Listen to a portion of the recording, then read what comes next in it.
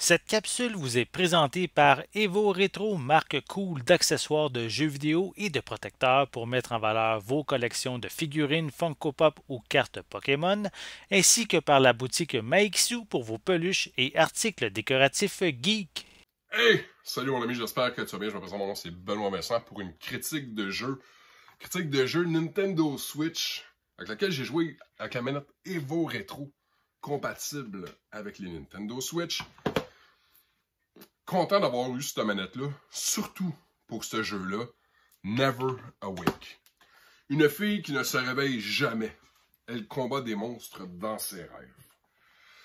Never Awake, c'est un bon petit jeu solo.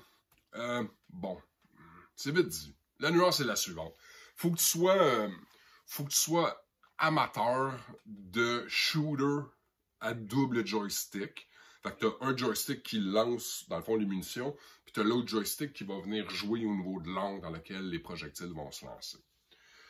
Beaucoup de couleurs, beaucoup de vibrances, beaucoup de... Ça bouillonne à l'intérieur de ce jeu-là. Disponible depuis le 19 janvier 2023. On parle d'un jeu qui se joue à 1 de type action et arcade. Éditeur Phoenix. 1.1 gig pour le jeu, fait que c'est un petit jeu qui s'installe vraiment facilement.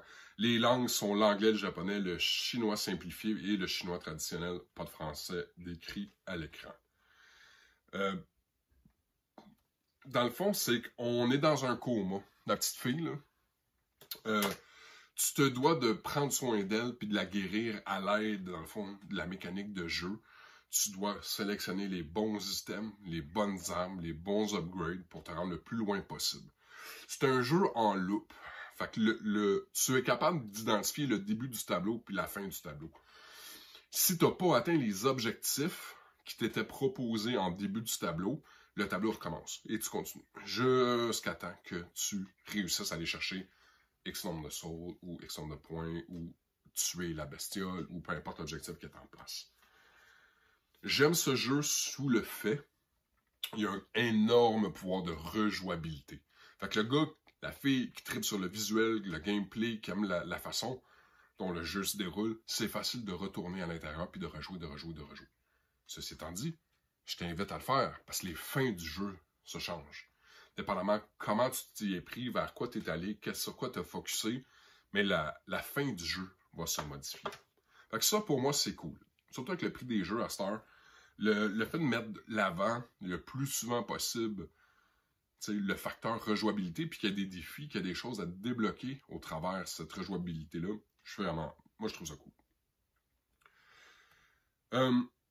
Une vision du monde unique située à l'intérieur d'un cauchemar d'une fille. Fait que tout ce qu'elle n'a pas aimé, exemple comme le dentiste ou aller au vétérinaire, elle n'a pas aimé les légumes, c'est ces éléments-là que tu vas rencontrer à vaincre, à combattre à l'intérieur du jeu. Magnifique graphisme et animation dessinée à la main, et ça paraît. On le voit là que ça a l'air organique, ça n'a pas l'air d'être fait AI pantoute. Règles de jeu uniques et grande possibilité de rejouabilité, gameplay rapide et combat de boss puissants. Les boss sont intimidants. Plus de 80 niveaux et des dizaines de boss difficiles. Tu vas recommencer, tu vas mourir, tu vas te reprendre, tu vas faire te chercher d'autres augmentations, d'autres armes ou d'autres bonus passifs ou pour réussir à les vaincre.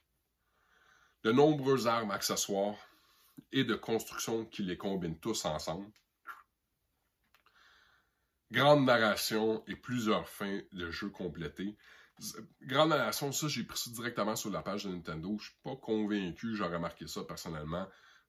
J'ai pas trouvé qu'il y avait tant de une grande narrative à l'intérieur du jeu, mais il n'y a pas une grande narration. Je me souviens pas les avoir entendu parler. Fait que c'est classé ado. Je veux pas, il y a de la violence ou simulation de violence. Très cool, très le fun. Bon petit jeu, ça se pogne vite. Je me suis tanné vite, je vais être franc avec toi. Je trouvais que ça revenait souvent à la même chose. Puis, je suis pas là présentement. Mais les 4-5 heures, les 4-5 premières heures que j'ai joué à ce jeu-là, j'ai eu du fun, j'ai trippé. C'est le fun, je suis content de l'avoir, parce que je sais que je vais y retourner plus tard. C'est vraiment trippant. sur ce, Never Awake, jeu Nintendo Switch, disponible présentement sur le Nintendo Store. Je crois qu'il tourne aux alentours de 20 $.